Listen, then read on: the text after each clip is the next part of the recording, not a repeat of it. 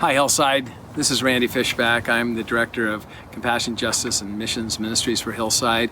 And I just want to take a minute to thank people for all the work they do in our CJM ministries. We have a lot of people involved at Hillside and a lot of volunteers in leadership, and so much appreciated even during this COVID time when our partnerships are reduced and strained somewhat.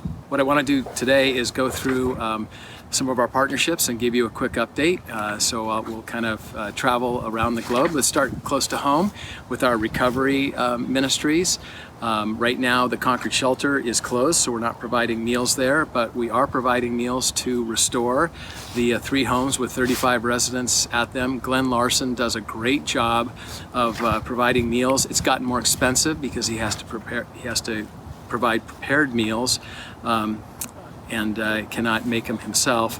So we appreciate what Glenn does. We appreciate Terry Camp's leadership in our overall recovery ministries. 3 months ago, Restore started a ministry to the homeless, providing meals. And so we're so thankful for you Hillsiders who have contributed to those meals that Restore is giving to the homeless. Moving on to special needs, this area is led by Leanne Williams. Right now some of our activities are shut down, like respite days and other gatherings. However, Tiffany is doing a great job with Avenues, and she leads a Zoom call with our adults with special needs every Friday night. I've had the pleasure to attend several of those, and Tiffany's knocking it out of the park with all her energy. So thank you, Tiffany, and thank you, Leanne, for your overall leadership for our special needs area, also known as Room at the Inn. In prison ministry, which is led by Margot Camp and me, we're not able to travel to San Quentin these days, as you know, and you've seen that they had over 2,000 cases. Well, I talked to the chaplain, Marty Jackson, this week, and she said that they're down to 143 active cases of COVID in the institution, so that's great. Unfortunately, they've had 19 deaths. Tim, who was the leader of the chorus, you might remember Big Tim, actually contracted COVID. It was a pretty serious case, but he has recovered, and he's actually since been released from San Quentin, so we won't see Tim next time we can go back there. Derek Holloway, the leader of the inmates, the inmate leader, if you will, the main pastor there, has not contracted COVID, although his cellie or roommate did have COVID. Derek has been fortunate to test negative in that regard. The chapel, the Protestant Chapel where we normally meet, has been converted to a field hospital, and it's full of cots right now.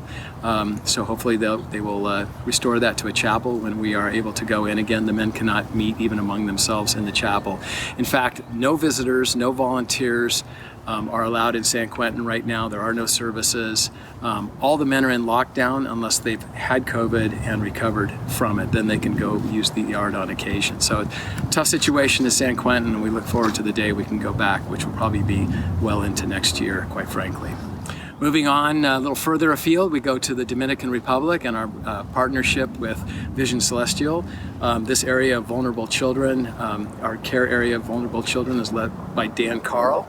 The recent hurricane in the DR did not affect Vision Celestial. Most of the damage was in the north, so we praise God for that.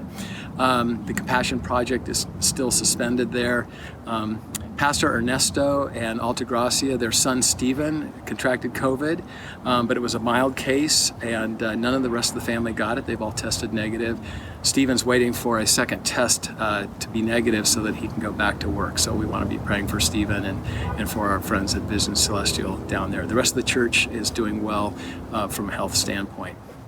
Then moving all the way to Southeast Asia, you've heard a couple of updates on our safe house at an undisclosed country in Southeast Asia. So I'm not going to update the safe house right now since you've had that opportunity to listen in on Sunday mornings, but the situation does remain dire, and we really covet your prayers at this time. And then finally we'll wrap up with FA and the Grow Home in Thailand. FA runs essentially what is a foster home there for children. You might have seen on the prayer chain that there was massive flooding. Fortunately, the Grow Home was spared, even though the town flooded. FA cannot get out to the fresh market for food, so the strain on food supply is a little tough right now. We want to pray for that. They also weren't able to plant their rice field. They own a rice paddy. They weren't able to plant it, so a missed opportunity there, but there are no cases of COVID at the Grow Home, so they're rejoicing in that. The schools are closed.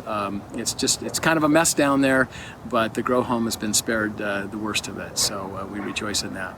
So again, that's a very quick overview of a number of our ministries, and I just again want to thank all of you Hillsiders who have volunteered so much time. We look forward to getting back with our partners someday. All right, take care.